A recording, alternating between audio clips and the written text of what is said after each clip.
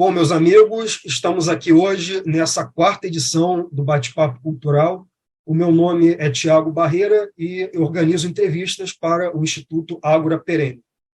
Então, antes de mais nada, gostaria de lembrar a todos que o Instituto Ágora Perene é um instituto cultural e educacional que busca promover e disseminar a cultura e a filosofia clássica para o público em geral, além também de promover o diálogo entre o meio intelectual, o meio acadêmico e o público comum.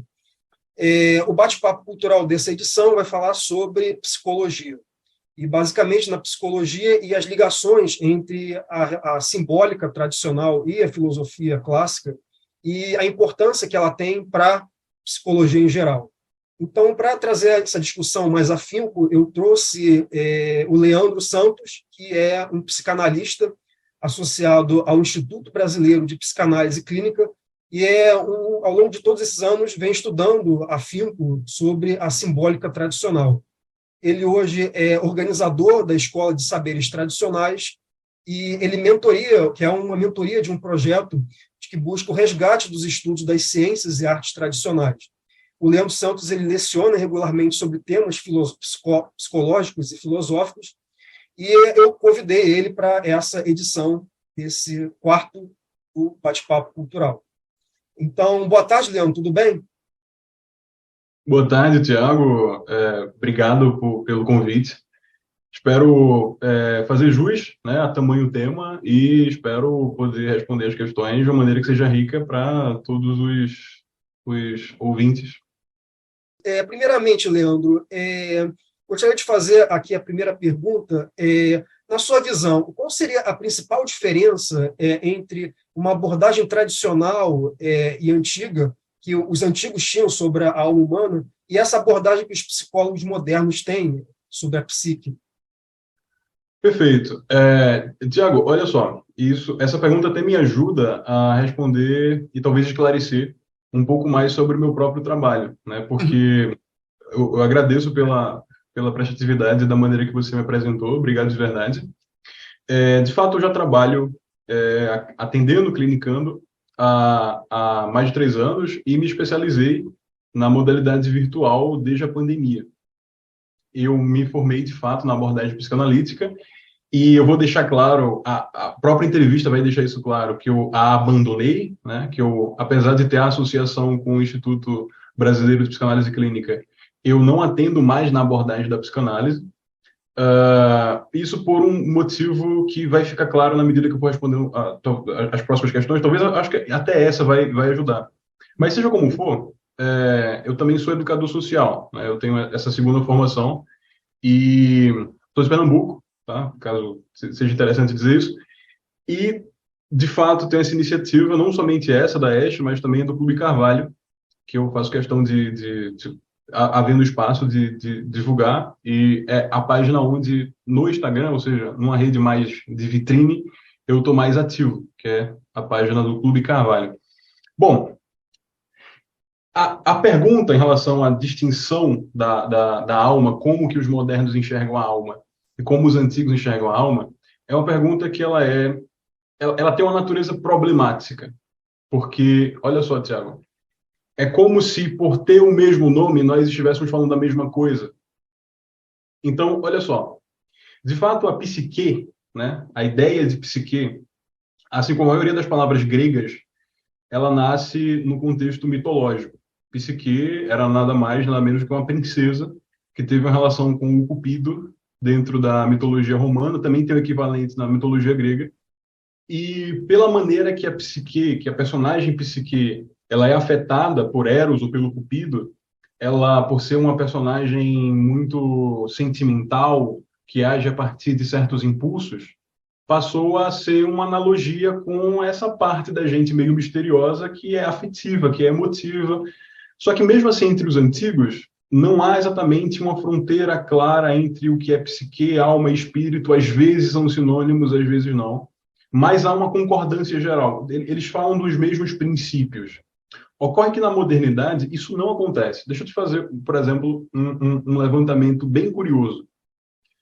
Você tem hoje inúmeras abordagens da psicologia, mais aquelas que têm maior consenso político, maior consenso ideológico, maior aceitação na academia são aquelas que são mais respeitadas. Por exemplo, a abordagem do Jung, que é a psicologia analítica ou profunda, tem outros nomes também, inclusive o próprio Jung tentou dar outro nome, ele não queria que fosse esse nome, mas ficou psicologia analítica. E você tem, de certa forma, essa abordagem, essa postura já caiu em desuso, que é o behaviorismo radical. Porém, né, o behaviorismo do Watson, né, é uma abordagem baseada no comportamento, né, ela ainda tem certa fundamentação, em certa forma, porque ela fundamenta a tal da TCC. A TCC, a terapia cognitivo-comportamental, ela herda tanto valores do behaviorismo quanto do cognitivismo. E aí expor essas correntes seria uma coisa que iria muito para além da pergunta que você me fez. Mas só para te fazer um levantamento que é curioso.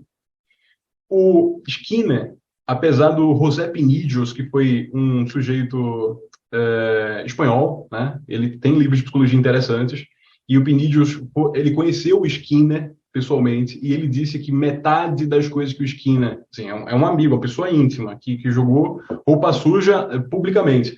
Apesar do Pinillos dizer que o Skinner não acreditava em metade das coisas que ensinava, ainda assim a teoria dele, da maneira que ele montou, que o Skinner montou, se tornou fundamento de muita coisa. Mas o Skinner diz claramente, se ele acreditava ou não é outra coisa, ele diz claramente que a mente não existe. Que essa coisa chamada psique não é nada mais nada menos que uma impressão. O que existe é o quê? O comportamento humano, que ele é, digamos assim, ele é montado, ele é criado, ele nada mais é do que um reflexo do que o ambiente.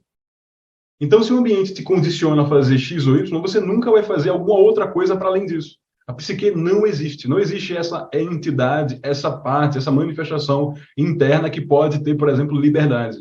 Isso é uma das abordagens mais famosas, por exemplo, da psicologia brasileira, né? O behaviorismo, que vai fundamentar a TCC. E você tem uma outra abordagem também bem famosa, muito respeitada, que é do Jung, que vai dizer que a psique é tudo. Tudo é psique. O universo é psique. Aí eu te pergunto, Tiago, como é que uma ciência pode ter saúde se duas das principais abordagens dela dizem que o objeto de estudo dela é tudo e a outra abordagem diz que é nada, que não existe?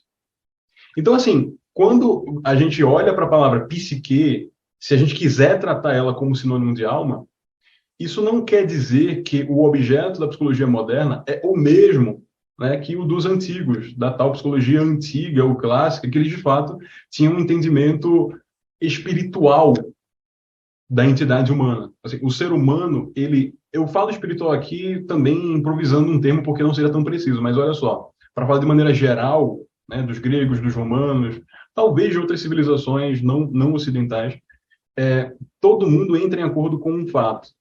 Nós temos sim um corpo, esse corpo não é passível de dúvidas, ele realmente existe, só que existe algo que está para além disso.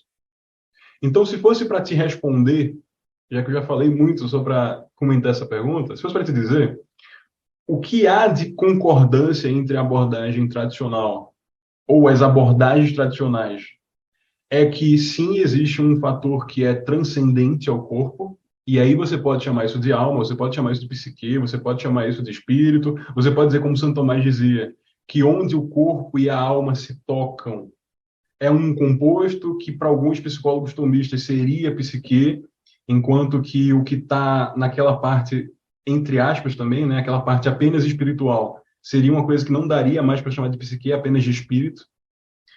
Mas seja como for, eles concordam com esse ponto. Existe um fator que é transcendental, que está para além do corpo. E apenas pouquíssimas escolas da psicologia moderna vai ter uma interpretação como essa.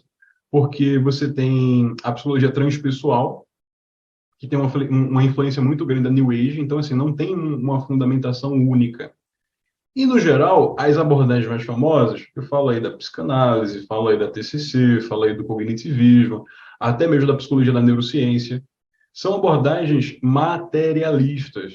Então, se existe algo para além do corpo, não é nada mais do que um efeito do próprio corpo.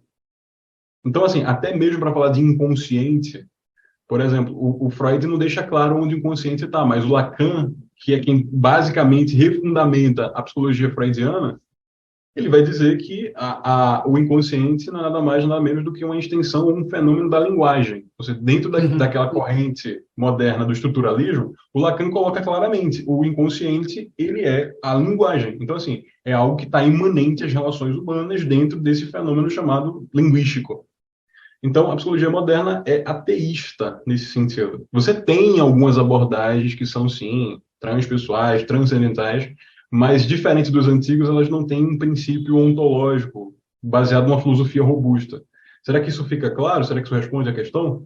Sim, sim, perfeito, perfeito. É justamente a modernidade que existe essa bifurcação, né, dessa questão da alma. Ou você cai nessa alma como vista pela neurociência, do behaviorismo, como algo estritamente materialista, né, ou você cai nessa loucura da New Age, né, que é tudo psique, é tudo essas coisas metafísicas. Então, é uma metafísica absolutamente, vamos dizer assim, até gnóstica, né, nesse sentido. Com Então, certeza. eu acredito que essa bifurcação, que eu acredito que seja uma dessas dificuldades que leva a essa incompreensão do pensamento tradicional, né, hoje em dia. Porque o pensamento tradicional ele é como se fosse uma síntese, né? A alma é esse composto, né? Ele não é nem esse ser puramente espiritual, nem esse ser puramente material. É alguma coisa que está no meio entre essas duas, como existe até uma vertente, né, que é a psicologia atomista, que até tem se popularizado, né, de alguns tempos para cá, né, e ela busca resgatar justamente essa questão da alma como composto, né, que eu acredito que essa seja a visão do pensamento tradicional, como você falou. Sim. Então, então, uma segunda pergunta que eu queria fazer é tendo você abandonado, como você falou, a abordagem da psicanálise, né, o que teria motivado, né, como foi sua trajetória, Leandro? O que o levou a buscar esses estudos tradicionais da metafísica e simbólica? Olha, Tiago, eu vou tentar resumir, tá? Uhum. Porque isso é bem biográfico e acabaria que, se fosse para eu responder de maneira satisfatória, eu acho que eu teria que contar uma história muito longa. Acho que não é tão interessante assim para o objetivo do podcast. Então, sim, fica à vontade. Olha só, eu tenho interesse pela mente e eu quero partir disso, né? Porque eu acho que é mais seguro contar assim. Eu tenho interesse pela mente humana desde que eu sou criança, né? Uhum. Eu tinha uma certa paixão por tentar entender por que as pessoas agiam da maneira que agem. Por exemplo, vou te contar um mistério para mim, um mistério de criança. Eu descobri, não sei com que idade, que mulheres têm 4 fases mensais, né? Dentro de um mês elas têm quatro fases diferentes por conta do ciclo menstrual. E aí, quando eu não sei quem foi, eu não sei se foi meu pai, não sei se foi alguém da família, me disse assim que, dependendo do momento do mês, a mulher vai agir de maneira diferente, vai se sentir de maneira diferente, eu achei aquilo um absurdo. Porque eu olhava para, por exemplo, as criancinhas que eu cresci brincando, e para os adultos, eu via, quando acontece coisa ruim, as pessoas ficam tristes. E é muito fácil você ver uma coisa fora causando uma coisa dentro. Para mim era claro isso. Mas para mim era um absurdo saber que algo dentro das pessoas poderia também causar essas mudanças. Assim, eu ficava, como assim? Tem algo dentro das mulheres que fazem elas mudarem assim do nada? Como é que se explica? Claro, estou falando de 5, 6 anos. Na medida que eu fui envelhecendo, eu fui me interessando por literatura, personagens como Sherlock Holmes, que liam a mente e tudo mais. E assim, se fosse para resumir, eu diria que minha adolescência foi se baseando em personagens assim. Por isso eu passei a estudar psicologia.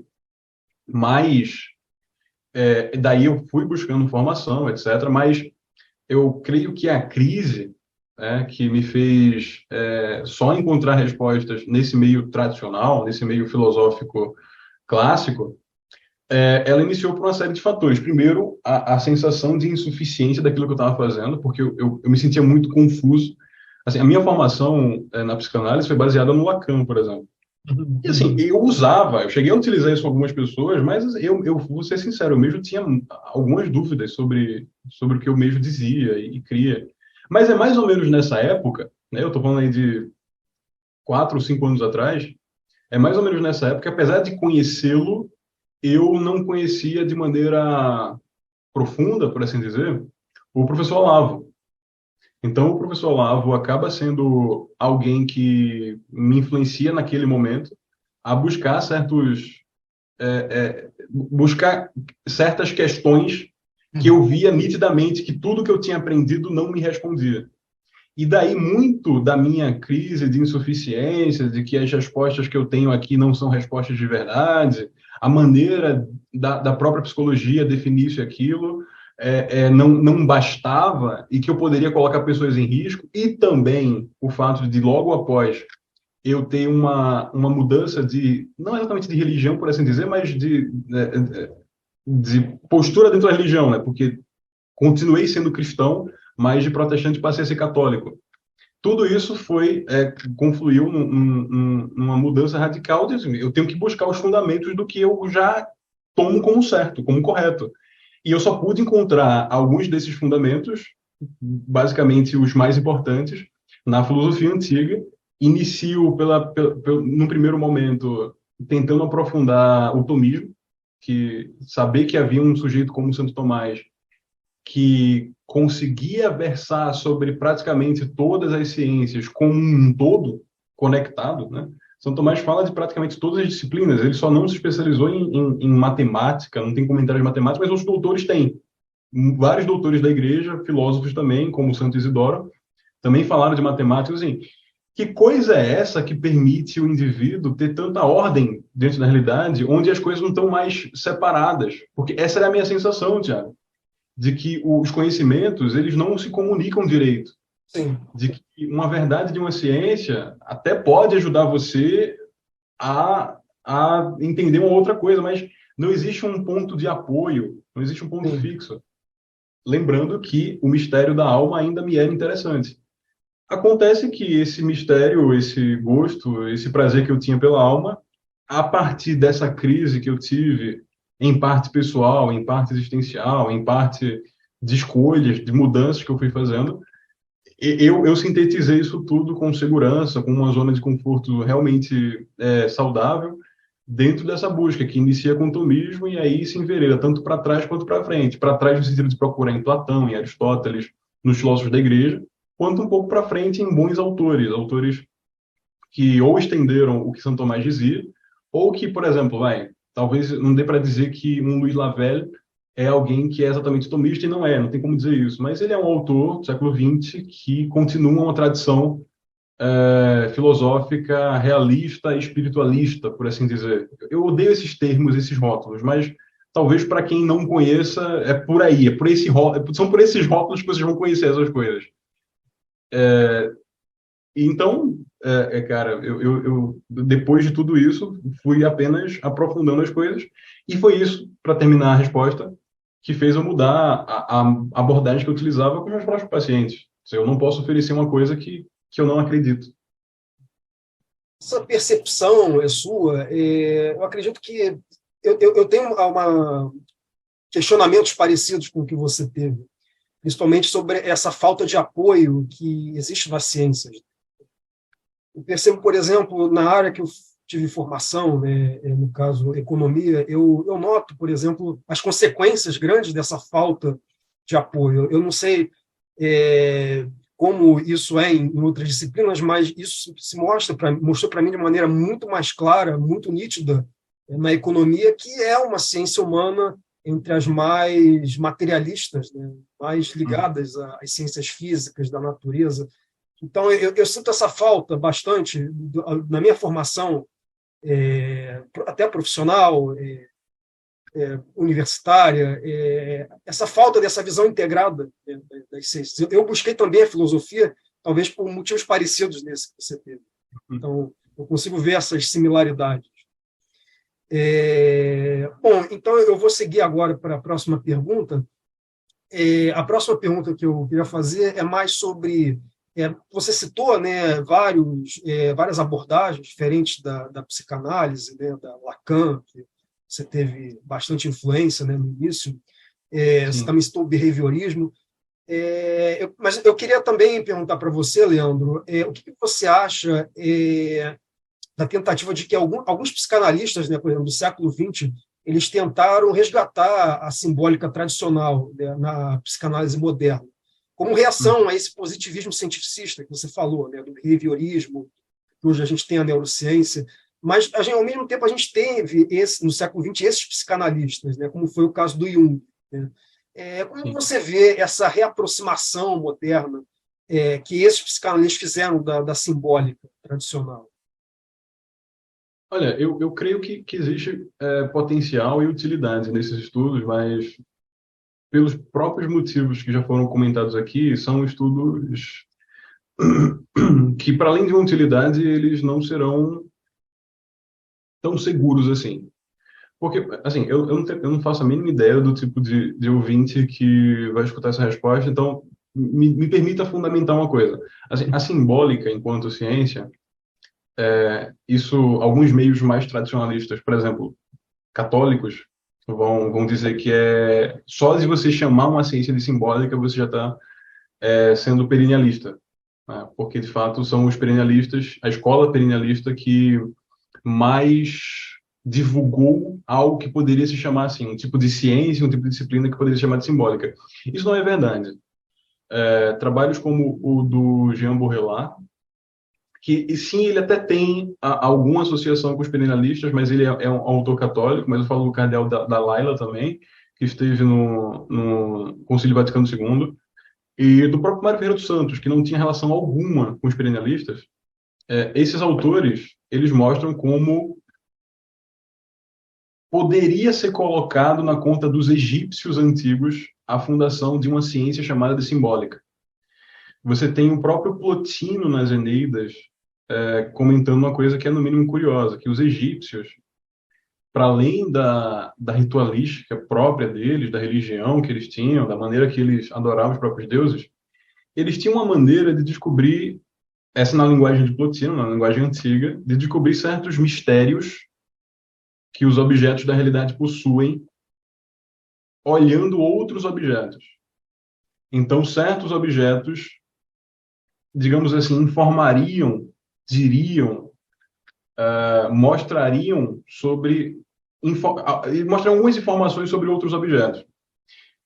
E, ok, isso é uma possível localização da coisa, mas também não vai nos importar muito, porque você tem, por exemplo, dentro da filosofia católica, algo que se aproxima muito disso, tanto em João Santo Tomás, que é conhecido como um doutor auxiliar de Santo Tomás, quanto nos próprios vitorinos, que, de fato, para além da razão, que te daria a chance de abstrair a essência de uma coisa, havia uma maneira de conhecer informações e conhecer dados sobre os objetos a partir da contemplação de outros objetos. E mesmo autores dentro da comunidade católica, um exemplo que eu posso dar é Santa Hildegarda, eles chegaram a utilizar palavras como símbolo. E aí um trabalho como o do Jean Baudrillard é importante, eu falo aqui, por exemplo, a introdução ao simbolismo religioso dele, são importantes porque ele mostra a etimologia. O Mário Ferreira dos Santos também mostra no Tratado de Simbólica a etimologia da palavra. E assim, isso que é o importante. Se os egípcios fizeram algo ou não que influenciou os gregos, isso é uma questão que vale a pena estudar. Mas o caso é que na própria origem da palavra, você já tem um motivo de enxergar a chance de haver uma ciência. E é interessante o que o Mário faz, porque ele define de maneira escolástica o que é uma ciência, o que ela precisa ter, ele prova no Tratado de Simbólica, porque a simbólica, de fato, é uma ciência.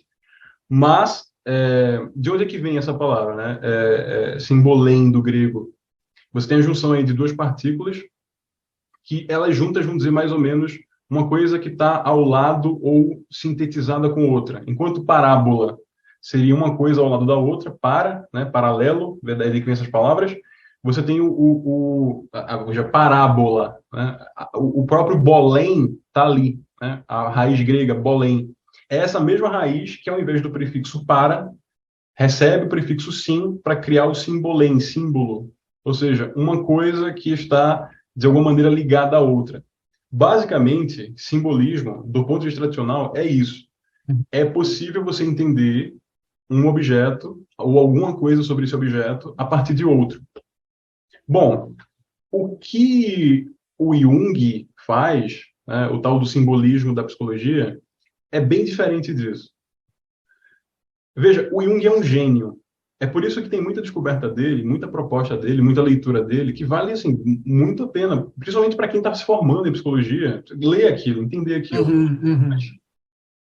Olha, uma noção dele que está muito em voga, que é a noção de arquétipo. Saiba que, apesar de Platão ter usado essa mesma palavra, o que Platão diz que é arquétipo e o que o Jung diz que é arquétipo são coisas completamente diferentes. O Jung está falando de outra coisa. Mesma coisa com símbolo. Para o Jung, existe essa possibilidade, sim, de você conseguir aprender algo sobre outra coisa a partir de um certo objeto. Só que o Jung diz que tudo isso é psíquico. Tudo isso é psíquico. Então, bom, você até pode,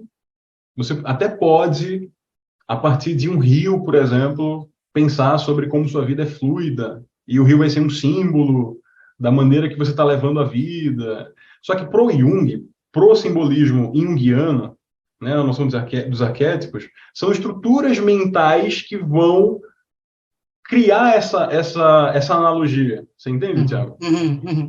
Dentro da abordagem tradicional, isso é um erro infantil, porque dentro da abordagem tradicional, a gente faz a diferença de símbolo, de analogia e de metáfora.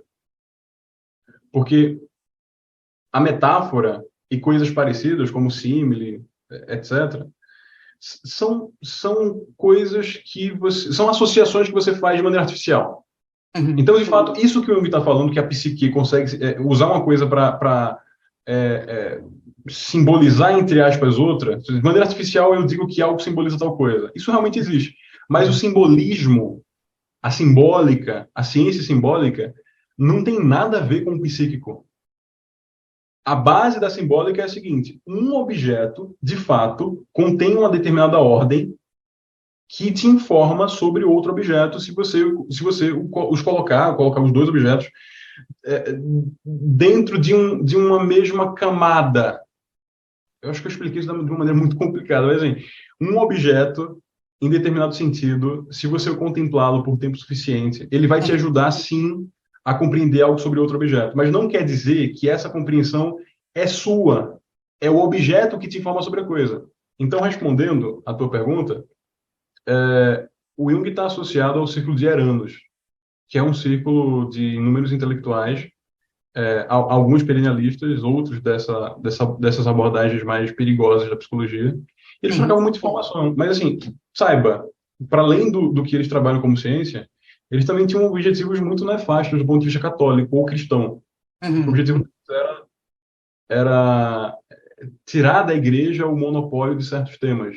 E, de certa forma, eles conseguiram. Entendi. Não, perfeito. É muito interessante esse ponto, que até essa questão, né, do Jung, que eu acho que ele acaba incorrendo nesse problema do idealismo. Eu acho que o erro acaba tendo uma aproximação muito vinculada ao idealismo kantiano. Se vê o mundo como uma projeção da mente humana. E não é exatamente isso que os antigos pensavam. Não existe essa coisa, esse número, essa coisa em si e esse mundo interior separado. Não existe esses dois mundos diferentes. Existe só um mundo. E eu acho que o Jung ele acaba correndo nesse problema de tentar separar muito, de ter uma concepção muito idealista, né, da realidade, como um produto daquilo que a mente pensa. Assim, Tiago, eu de maneira nenhuma quero diminuir o trabalho do Jung, porque, como eu disse, eu repito, né, o Jung é um gênio. E dentro daquilo que ele propõe, ele descobre muita coisa.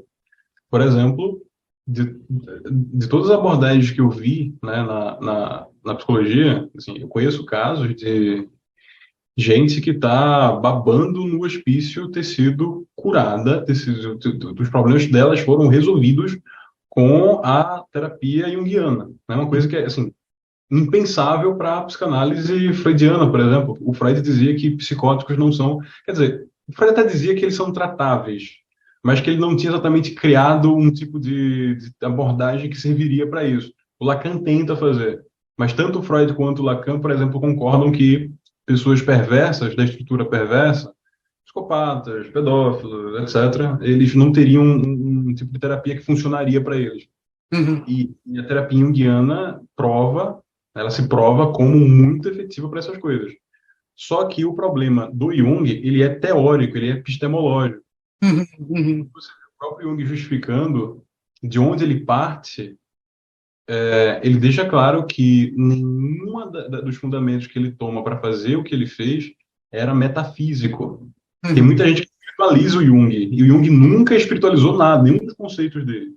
O Jung, ele é, de certa forma, sim, materialista, ele tem essa verve idealista de colocar assim, de ir além, né, de como conceber a própria mente. Eu não diria nem além, porque a mente, de fato, é algo gigantesco, mas dele colocar a mente como um filtro para a Uhum. realidade. Uhum. E eu diria que esse é o problema, entende? Uhum.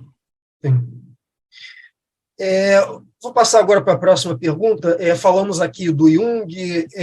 Eu queria também saber a sua posição, o que você acha também, por exemplo, de outras abordagens alternativas, por exemplo, do Jung, também tem se popularizado, como, por exemplo, a do Viktor Frankl, da logoterapia.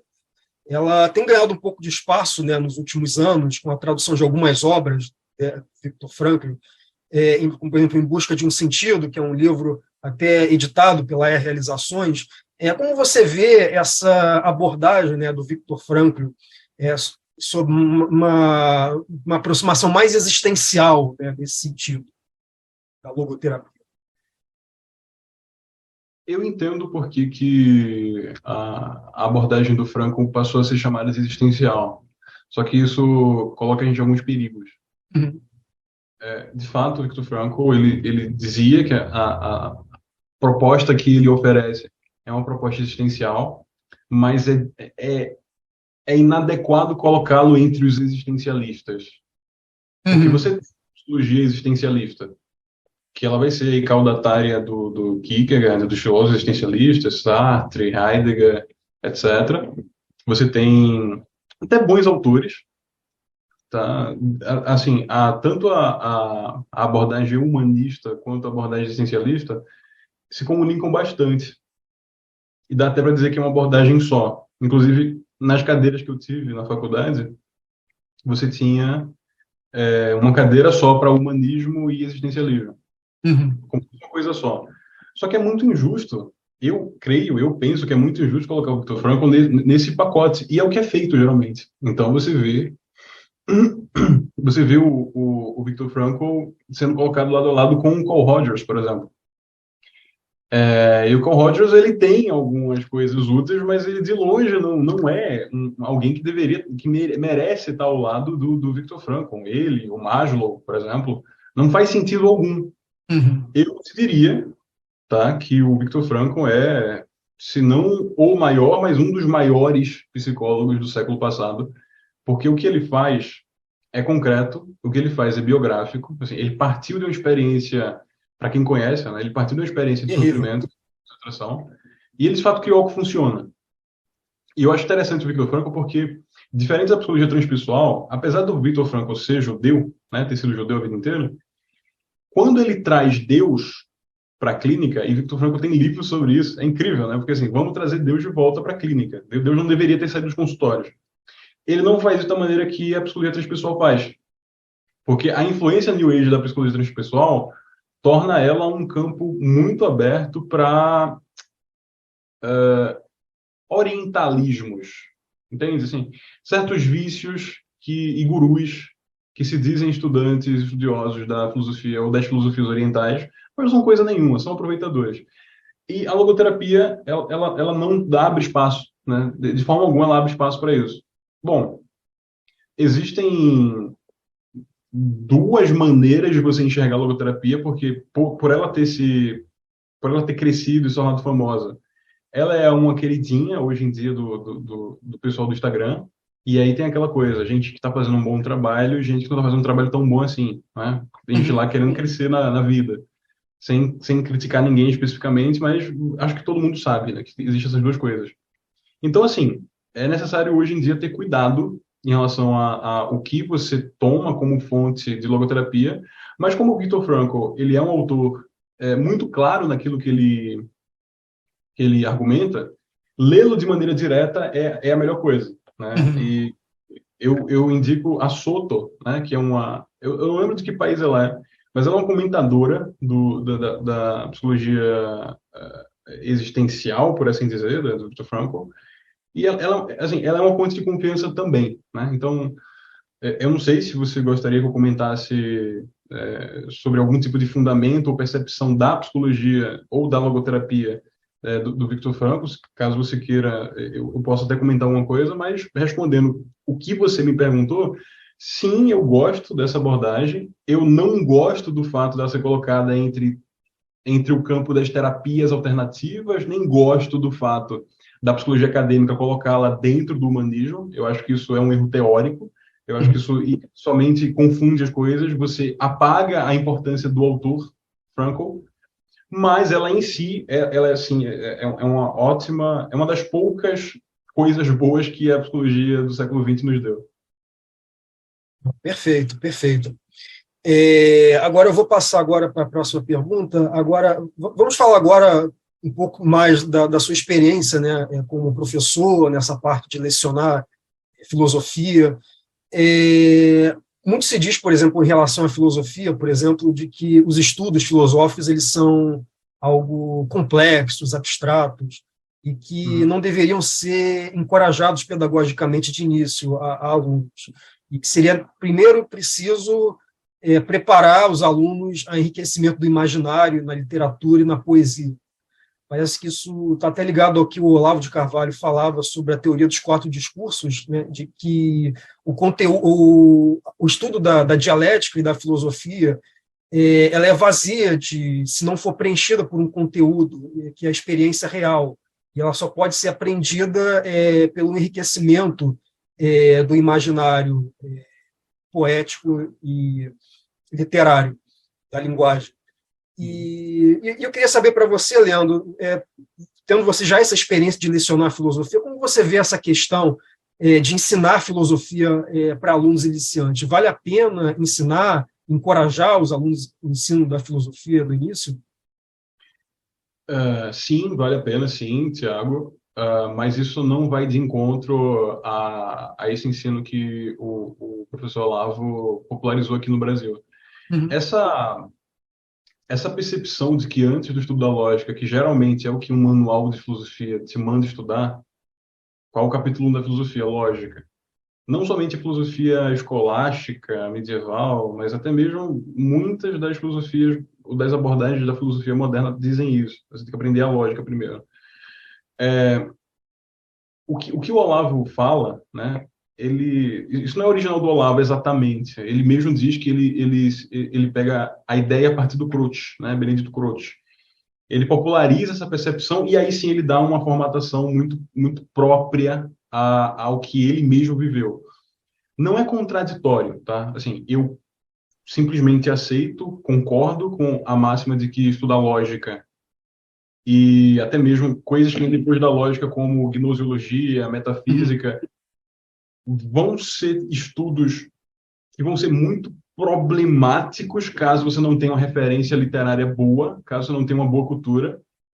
Mas eu enriqueço essa percepção que o Olavo popularizou aqui com o que o Mário Ferreira dos Santos ensina, né? Porque o Mário Ferreira diz que se você quer fazer filosofia de verdade, você tem que buscar uma filosofia que seja concreta. E ele dá um sentido diferente de concreto.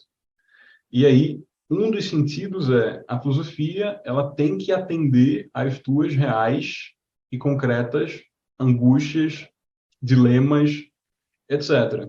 Daí você tem um outro problema, Tiago, que é o seguinte, é de você ter um professor que seja sensível a isso. Porque dentro da cultura da pedagogia, se você quiser dizer de uma pedagogia clássica, que esqueça Paulo Freire e coisas do tipo, né? Mas uma maneira de ensinar, assim, a gente também é carente disso. Porque o bom professor, ele tem que levar em consideração as circunstâncias dos alunos. É por isso que eu gosto de dizer que toda aula é irrepetível, mesmo que seja sobre o mesmo tema. Eu vou repetir a mesma aula. É impossível.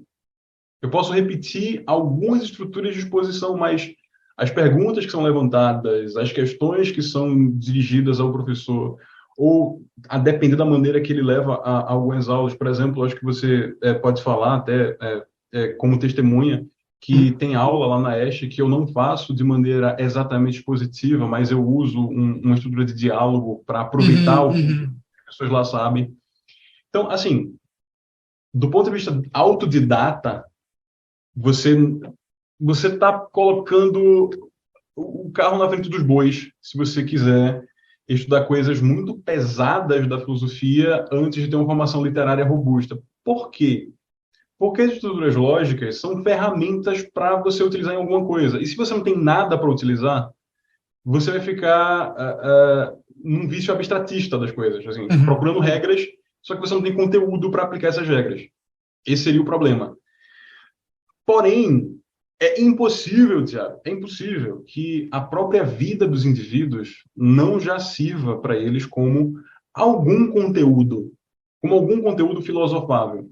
Então, assim, se você conseguir fazer o equilíbrio, e aí eu falo isso principalmente para alguém que seja formador e esteja nos ouvindo, se você consegue equilibrar o conselho, a importância de se formar com os mestres que souberam, de fato, dar forma às narrativas de suas próprias vidas. E, com isso, formar a imaginação dos seus leitores para que eles pudessem ter algum conteúdo para estudar a parte teórica da coisa, que seria a filosofia.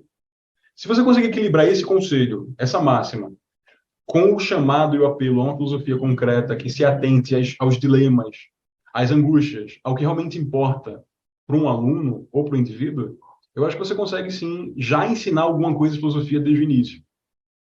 Veja, quando você olha a própria proposta do professor Olavo, ele não espera que os alunos passem um ano lendo literatura para então continuar dando as aulas. Não, ele diz, olha, vocês precisam passar esse primeiro ano lendo literatura, mas ele continua dando aulas.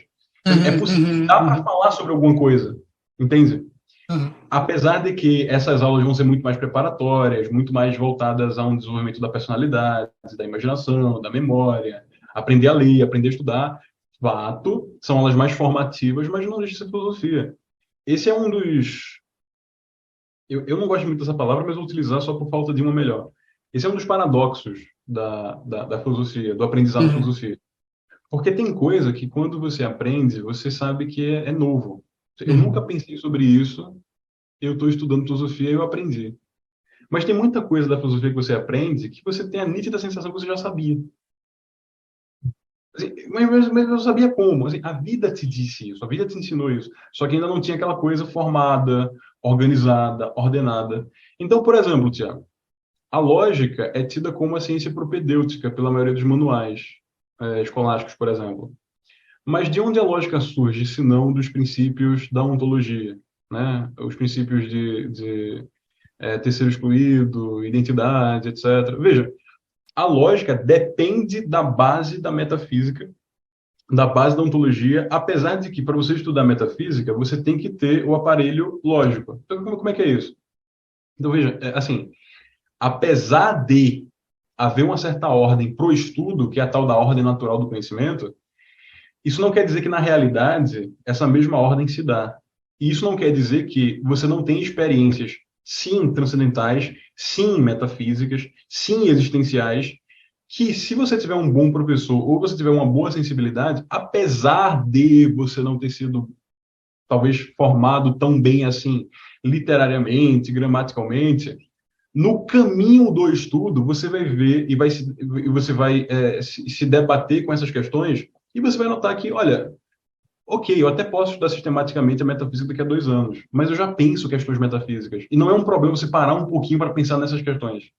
Desde que elas não tomem o teu tempo agora, não tirem a tua ordem de estudos, você já está pensando questões muito sérias da filosofia. O que eu aconselho para esse tipo de sujeito que está fazendo isso de maneira autodidática é ser muito humilde nisso.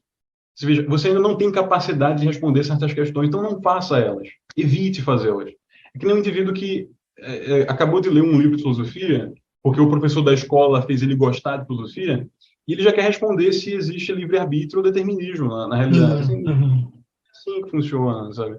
Vai ser uma pergunta que vai te atrapalhar mais do que te ajudar. Então, seja humilde, leve em consideração suas angústias, suas questões, seus dilemas. Você pode, sim, parar um pouco o teu estudo mais técnico e mais sistemático para pensar um pouco sobre isso, mas encare essas coisas como problemas em aberto. Aí você se forma literariamente, você se forma psicologicamente, você se forma gramaticalmente, segue uma ordem de disciplinas filosóficas. Uma hora essas questões vão estar claras. Perfeito. E ainda pegando esse gancho, né, dessa parte de estudos tradicionais, né, eu quero perguntar para você também, Leandro, quais seriam os melhores autores e obras indicadas nessa área de filosofia, lógica, para os iniciantes nessa área? Olha só, Tiago, vou ser bem sincero contigo. Se você quer aprender a partir de uma abordagem mais tradicional à filosofia, eu não aconselho tanto assim a iniciativa de um autodidata. Olha só, eu posso responder essa pergunta de maneira direta como você me fez. Tem livro bom sobre isso, Leandro? Tem. Dá para fazer uma lista em relação a isso. Mas o meu conselho é você seguir, é que você siga, você ouvinte siga, o próprio caminho dos antigos. Veja, quando a gente fala de tradição, a gente se refere sim a registros escritos que eternizam o pensamento de um indivíduo, né? Quando você morre, teus livros estão aí ensinando ainda, não é isso? Mas não houve nenhuma escola realmente séria de filosofia, nenhuma escola, que ao mesmo tempo que tinha uma tradição escrita, não tivesse também uma tradição oral. Ou seja, tem coisa que você ensina apenas numa aula, apenas num encontro, apenas numa situação onde pessoas se reúnem para estudar e onde vai ter algumas pessoas mais avançadas e outras pessoas menos avançadas. Então, assim, você quer aprender sobre isso, procure um grupo de estudo de confiança. E assim, você tem algumas opções. Se você quiser, por exemplo, aprender tomismo, você tem a escola tomismo do Carlos Nogueira, que apesar de eu mesmo ter algumas críticas a fazer, é um lugar que você não vai estar aprendendo bobagem, né? Você tem uma abordagem ali, você vai ter gente que está aprendendo, você vai ter a figura de um professor. Tem outros grupos nesse sentido, né, que você poderia seguir. Tem a própria EST, o próprio Clube Carvalho. Assim, é interessante que você comungue, não no sentido religioso, tá? Mas que você comungue com pessoas que estão no mesmo caminho que você e que vocês tenham figuras de autoridade, que possam, a partir da experiência desses estudos, guiar. Mas eu sei que tem indivíduo que gosta de um caminho mais isolado. O conselho já foi dado, tá? Eu sei que tem indivíduos que gostam de um caminho mais isolado, que preferem estudar sozinhos, ler livros. Então, assim, se você quer se introduzir na filosofia e, de fato, quer ter uma abordagem tradicional, eu indico um livro que é muito simples para que você se introduza primeiro em Aristóteles, que é o livro do Mortimer Adler, Aristóteles para Todos. E por que eu indico esse livro? Primeiro que o Mortimer Adler é o maior exemplo de eruditismo e didatismo que eu já vi na existência. Eu nunca vi alguém que consegue escrever um livro tão difícil e complicado como a História Atomista, que ele escreveu com o padre Robert Brennan. E é um livro completamente técnico, somente para um clube muito pequeno de pessoas entender. E, ao mesmo tempo, ele faz livros assim completamente acessíveis, quase de autoajuda. É como ler livros. Aristóteles para Todos. E por que eu indico Aristóteles? Eu já indiquei um autor que vai servir de ponte para Aristóteles. Porque o aristotelismo, ele, apesar, para alguns, de certas limitações, ele é o nó, ele é o fio condutor da antiguidade. Então, assim, você pode pensar na escola neoplatônica, que vem após Aristóteles. Mas veja, apesar da escola neoplatônica ser voltada à filosofia de Platão, ela absorveu quase tudo de Aristóteles. E quando Aristóteles aparece, ele não é ignorado, ao contrário de Platão. Muitos daqueles que seguiram Aristóteles, por exemplo, Alexandre de Afrodísias, apesar de talvez terem distorcido a filosofia original do Estagirita, eles ignoraram completamente Platão. Platão foi alguém que foi muito importante, inclusive para o próprio Aristóteles, mas algumas correntes o ignoraram, e Aristóteles não. Aristóteles é um fio condutor, por quê? Porque ele consegue partir do básico até o mais avançado, não chega tão longe assim, mas ele vai até o mais avançado e mais do que isso. O Aristóteles ensina o indivíduo a ter uma coisa chamada ordem do pensamento. Você não tem um método, digamos assim, ascético do conhecimento em Platão. Você não tem assim, Platão não vai exatamente te dar uma estrutura individual que vai te ajudar a estudar filosofia. Ele vai te dar um conteúdo muito bom e muito rico. Mas ele não vai te formar como um indivíduo exatamente. Apesar de você poder até falar em uma psicologia platônica. Sim, dá para falar isso, mas não é como Aristóteles. Aristóteles vai te dizer algumas disciplinas que você tem que estudar, como o indivíduo tem que ser. Aquele livro, por exemplo, Ética Nicômaco dele, assim, é formidável nesse sentido. Aristóteles é muito bom para te ensinar filosofia e para te ensinar a ser alguém que está preparado a receber filosofia. Então, se você quer abordagens tradicionais da coisa, comece pelo aristotelismo. Dito isso, bom, aí você tem alguns caminhos. E eu particularmente aconselho, é por isso que eu estou aconselhando os indivíduos aqui a procurarem se associar a grupos de estudo.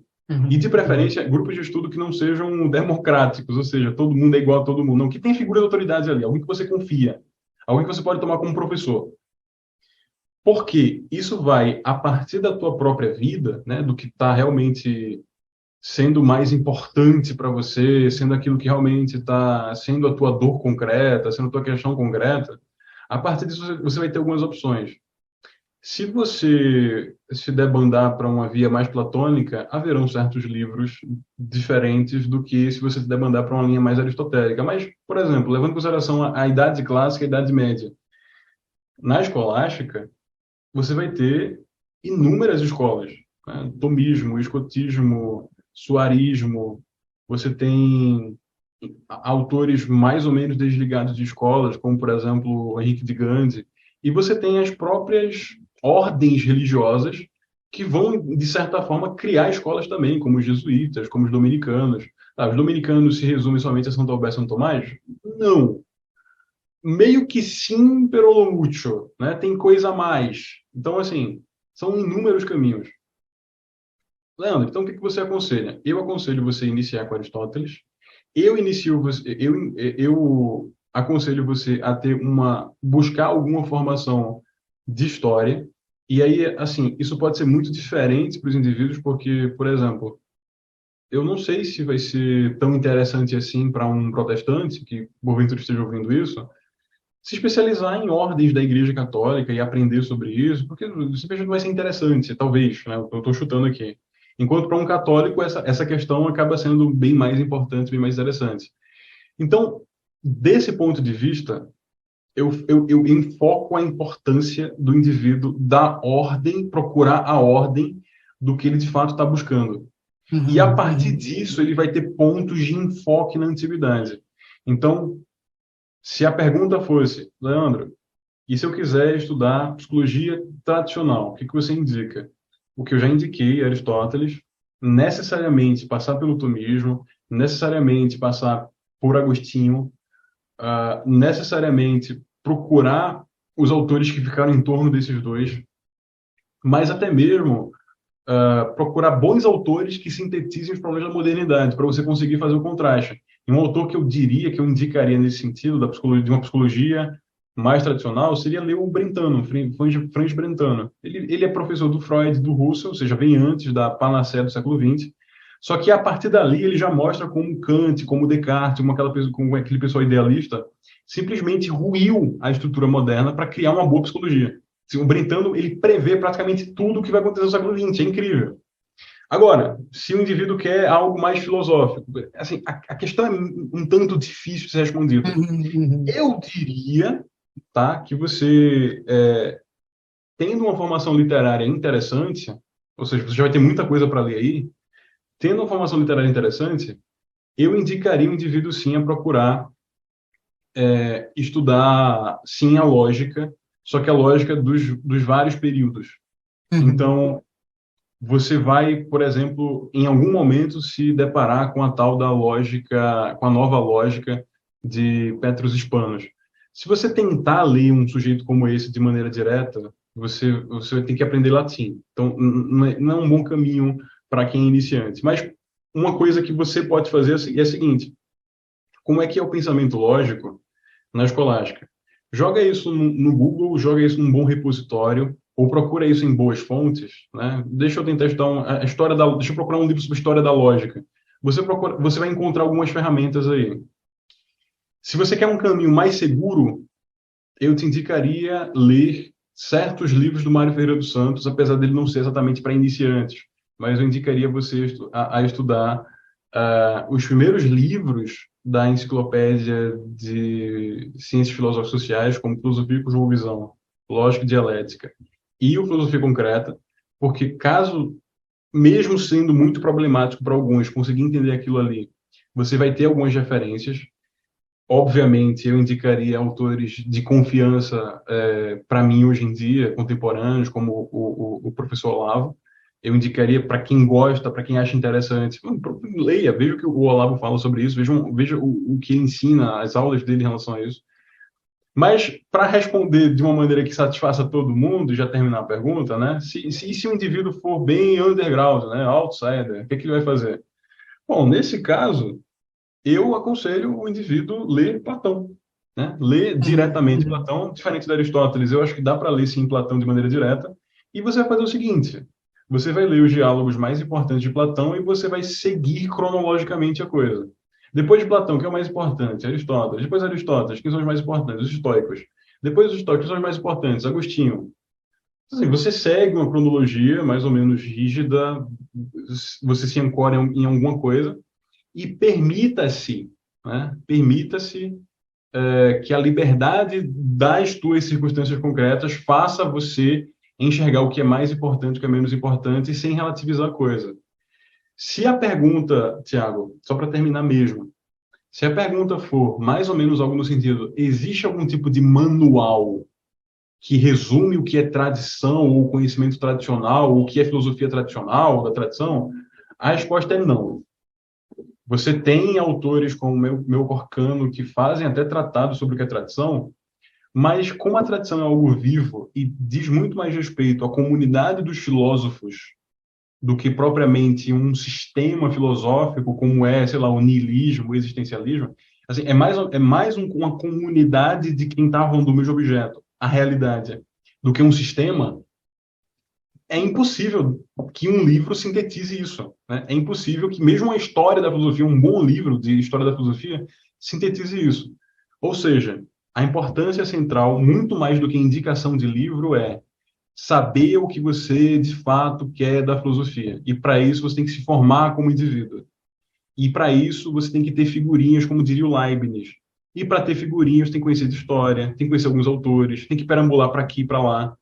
Eu realmente não gostaria de indicar um tipo de lista de livros em relação a isso, porque eu acho que isso seria apenas um tipo de demonstração de referências que eu poderia ter, ou seja, pura vaidade, e para quem está ouvindo, seria simplesmente um tipo de abstratismo que não ajudaria ninguém a ir tão longe assim, né? Ou seja, você tem uma lista de livros, vai fazer o que com isso? Você não vai ler. Quantas listas nós não fazemos para nós mesmos, a gente não cumpre? Assim, seja verdadeiro, seja sincero, procure o que concretamente realmente importa para você na filosofia. E você vai encontrar, sim, autores que vão te dar o caminho, né, a maneira de chegar até lá. Perfeito, perfeito. Bom, estamos agora já na reta final desse bate-papo cultural. Eu conversei aqui com o Leandro Santos, ele é organizador da Escola de Saberes Tradicionais e também psicólogo. Então, contamos com a participação dele, falamos de temas ligados a estudos tradicionais, psicanálise e simbólica também. Então, já chegamos nessa reta final, então agradeço pela entrevista que foi concedida. Então, estamos finalizando aqui. Muito obrigado, então, Leandro. E eu que agradeço, Tiago, pelo convite, pela prestatividade, pela simpatia. Quando quiser contar comigo, pode contar, tá? Não, com certeza. Nós estaremos em breve nos próximos encontros agora. Tá bom, então. Então, obrigado aí.